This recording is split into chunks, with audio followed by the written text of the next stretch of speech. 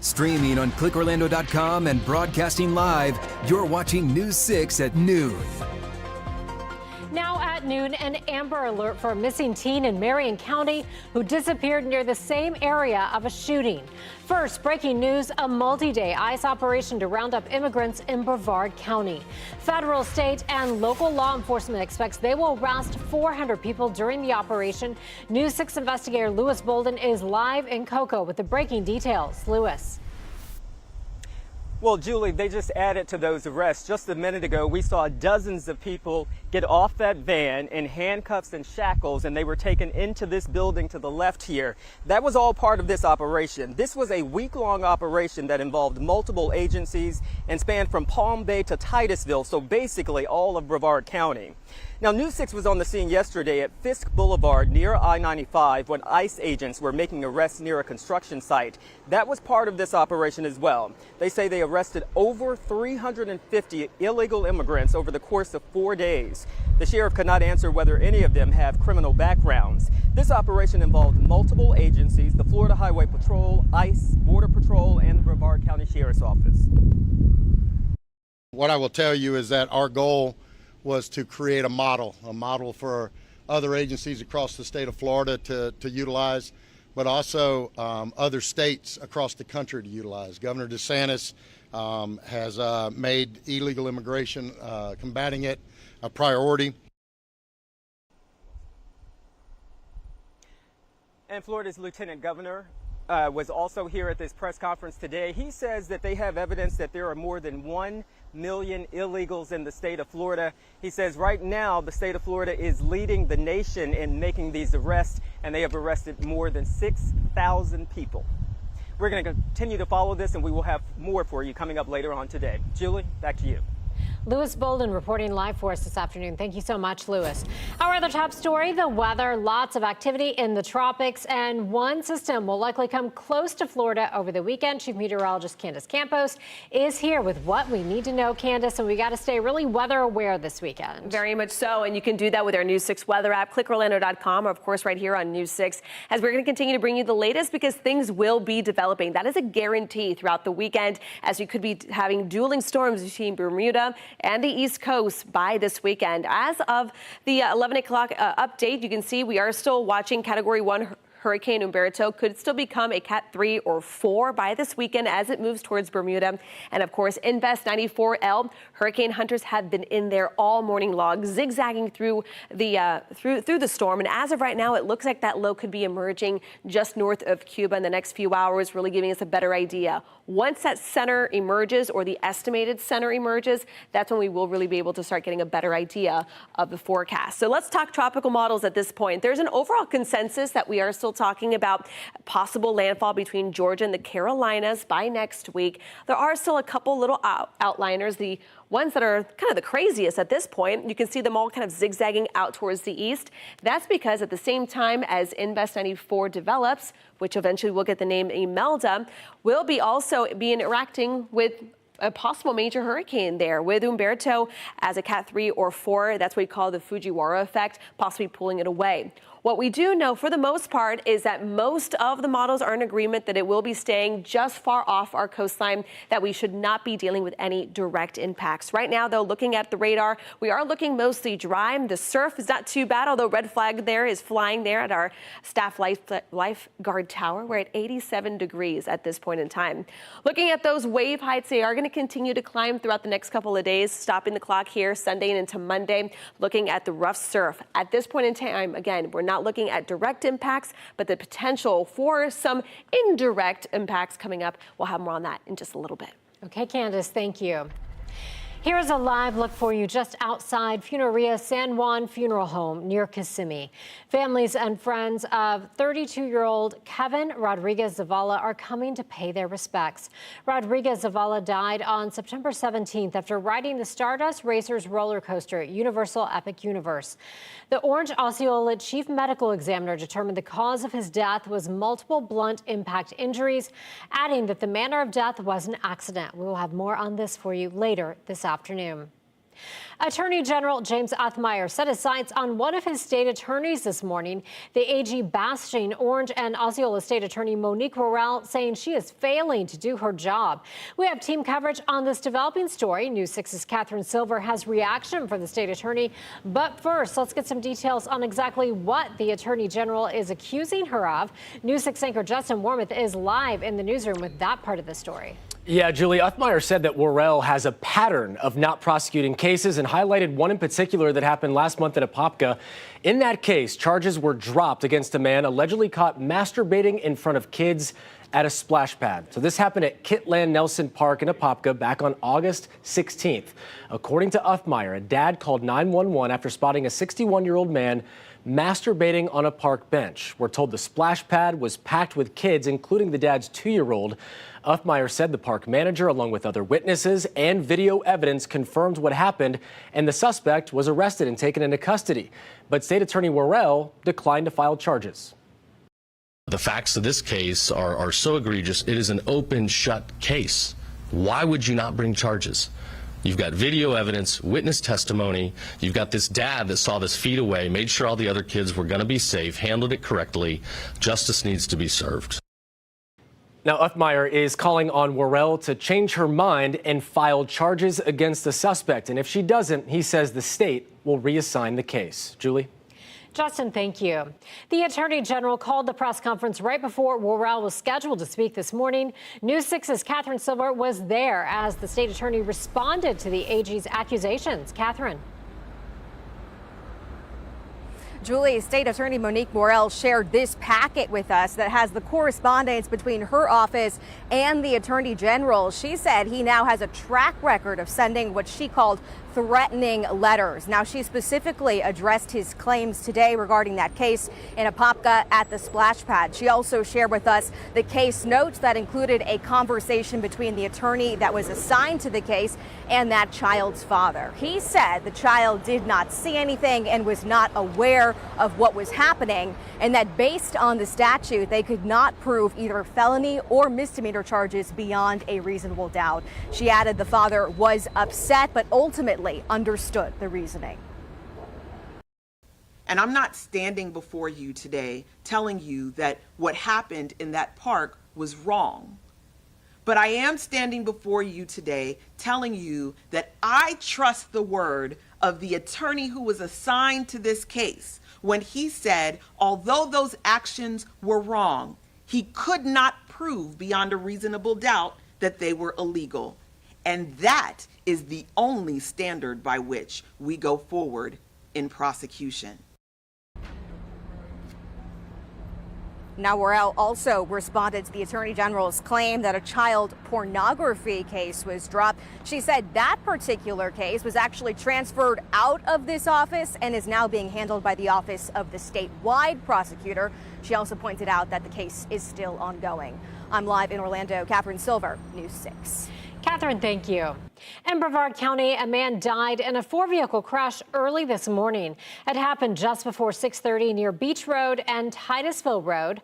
Florida Highway Patrol hasn't released details on what caused the crash, but says 3 people were taken to local hospitals.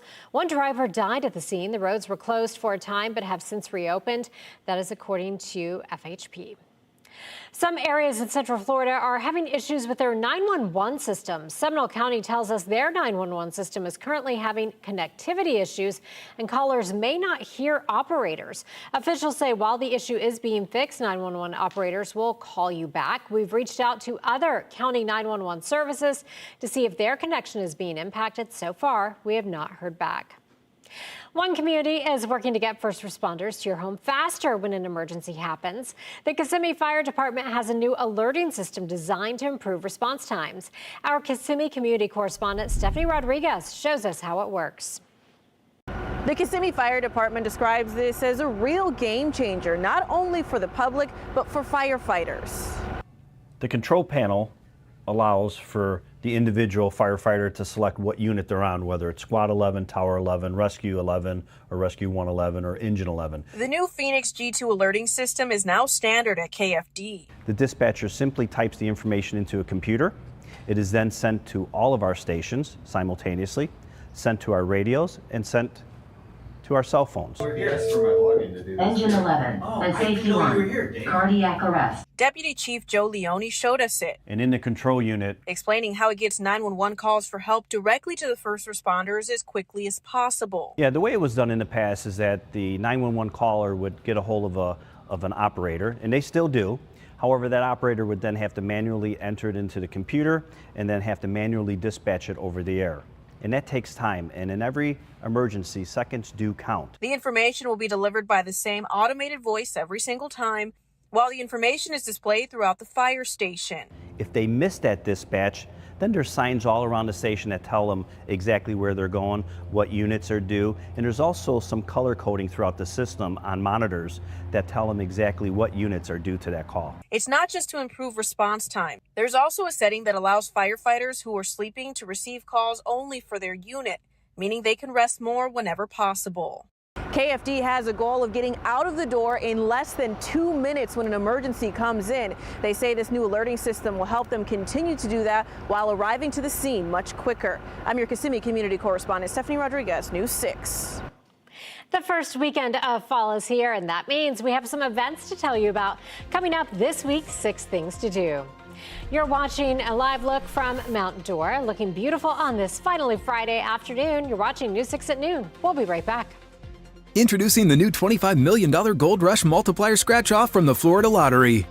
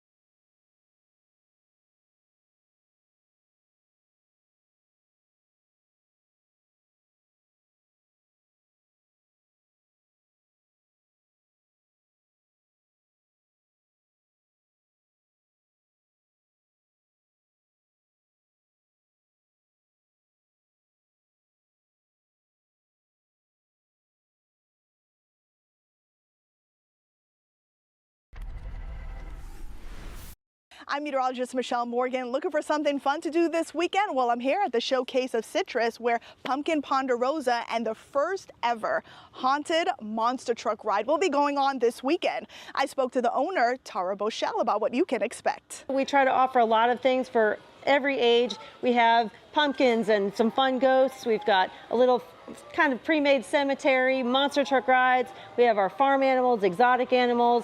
We've got a great holiday menu for food, and then we have great drinks, alcoholic, non-alcoholic, a little bit of everything for everybody. We also got the scoop from Ranger Jack on the Haunted Monster Truck ride. We go on a rescue mission out into these cursed fields and we see everything. I mean, zombies are chasing us, werewolves are attacking the side of the truck, and there's even this crazy chainsaw guy who tears off his face. It's unbelievable. But it's also a lot of fun. Both events run through November 1st. Tickets are online. Fall Fun continues this Saturday in Claremont at Southern Hill Farms. Fall Fest starts at 10 a.m. through 8 p.m. Enjoy pumpkins, cider, and sunflowers. Tickets are about $27. A few showers and thunderstorms are possible. Great Scott Farms Fall Fest in Mount Dora starts this weekend from 10 a.m. through 5 p.m. Enjoy a corn maze, pumpkin patch, and hay rides. Tickets around $17. Lake Nona Oktoberfest Stein Hoisting Competition is this Saturday at 6. Join the fun for $15 at this annual celebration. Club Lake Fall Fest in Apopka starts Saturday from 10 a.m. through 6 p.m. Tickets around $18. Enjoy hay rides, mazes, pumpkins, air cannons, and more. The third annual Suds, Pups, and Pints in Mount Dora starts Saturday at 3 through 6 p.m. Enjoy live music, brews, and happy pups. Remember, stay hydrated. If you have a fun event happening in your town, send it my way. Just head over to clickorlando.com or use our News 6 app and click Contact Us. Okay, so we have a lot of great options this weekend. Looking beautiful out there right now on our Launch Credit Union camera out there at Port Canaveral.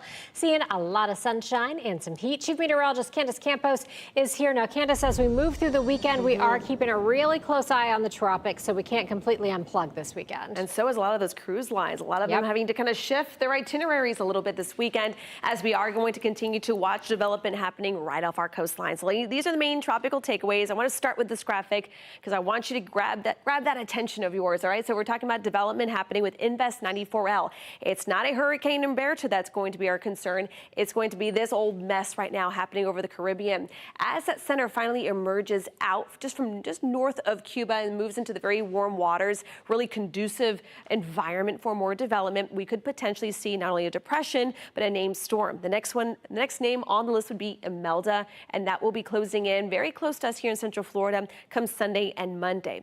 As of now, when it comes to the main impacts, we're talking rough surf, really choppy seas, as well as some gusty winds, maybe a little more rain in the forecast, but overall not feeder band activity. So here's kind of the wide view of what's going on, and you're going to be able to pinpoint and kind of really dive into the tropics with our News 6 weather app. We have tropics and your local all combined into one, and there's going to be plenty of things to keep track on that app. So we have Humberto, the 11 a.m. advisory, 90 miles per hour. Silicat 1, but most likely will be ramping up its strength over the next couple of hours. And then a little further towards the west, there it is. It is Invest 94.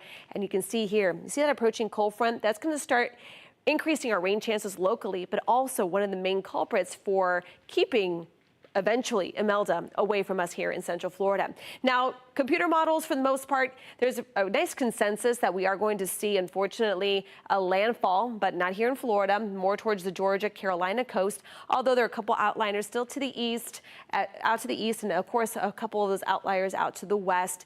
And adding to a little more of the uncertainty is, again, a developing storm just a couple hundred miles to the east of Invest 94, and that's with Humberto possibly even gaining strength to a Cat 4 with winds upwards of about 140 miles per hour. So there's a very good chance that we could be having dueling named storms between Bermuda and the East Coast between Sunday and Monday, and the European model kind of showing you that. At this point in time, again, it looks like most of the impacts we're going to be feeling will be the winds picking up just a little bit. This is some of the future that we watch. You can see that it's a closest approach. It looks like the strongest winds will start to arrive more come Sunday afternoon into Monday morning. That center still just offshore, but it could rough up the surf a little bit, which is why the coastal hazards will deteriorate starting Sunday and into Monday. But now let's check on that hour-by-hour forecast for today. Sponsored by Strata Air Conditioning and Heating. AC emergency, you ought to call Strata. So your rain chances for today, with that cold front starting to make its way further to the north, it's going to continue to juice up the atmosphere. Scattered downpours, some strong storms can't be ruled out. Meteorologist Jonathan Kegas will be in watching the radar closely, as some of these storms will have the potential of possibly spinning up some strong to severe storms. Then as we head into Saturday afternoon, same story, scattered showers, everything moving from west to east. But I do want to turn your attention to Sunday morning. While this is not feeder band activity, it's certainly some of that tropical moisture surging in from what eventually could become Imelda. So don't be surprised if early Sunday morning, as you're heading out for Sunday services or Sunday brunch or whatnot, we could be dealing with some heavier downpours along the coastline. But as the system pulls away, it's actually going to start dragging in some drier air. So as we look here at your 7-day forecast, notice after about Sunday, rain chances will be dropping off significantly. But of course, stay tuned all week long as we continue to get those updates out to you. Stick around. News 6 at noon continues after the break.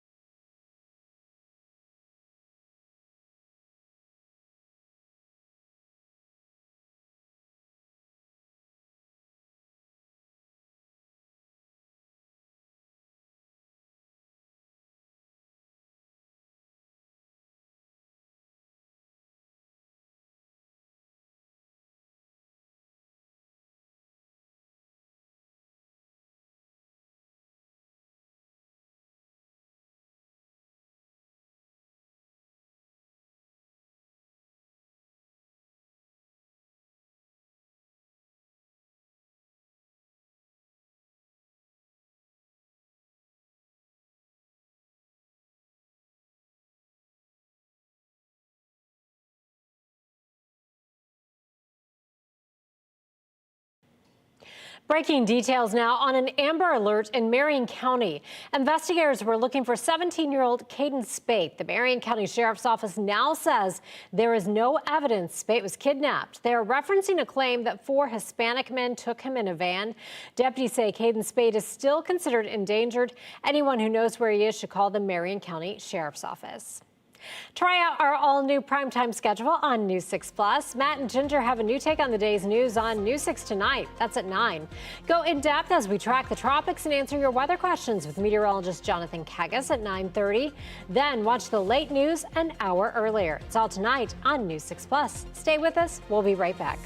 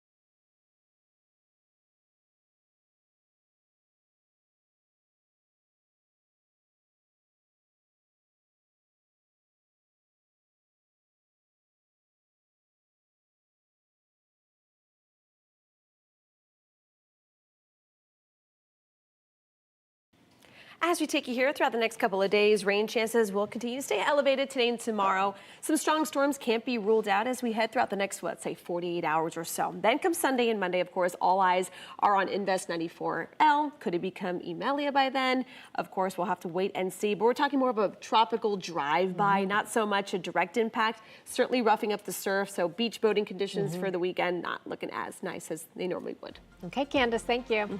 Switch over right now to the News 6 Plus streaming app or clickorlando.com to watch News 6 Extra. Our next newscast is at 4.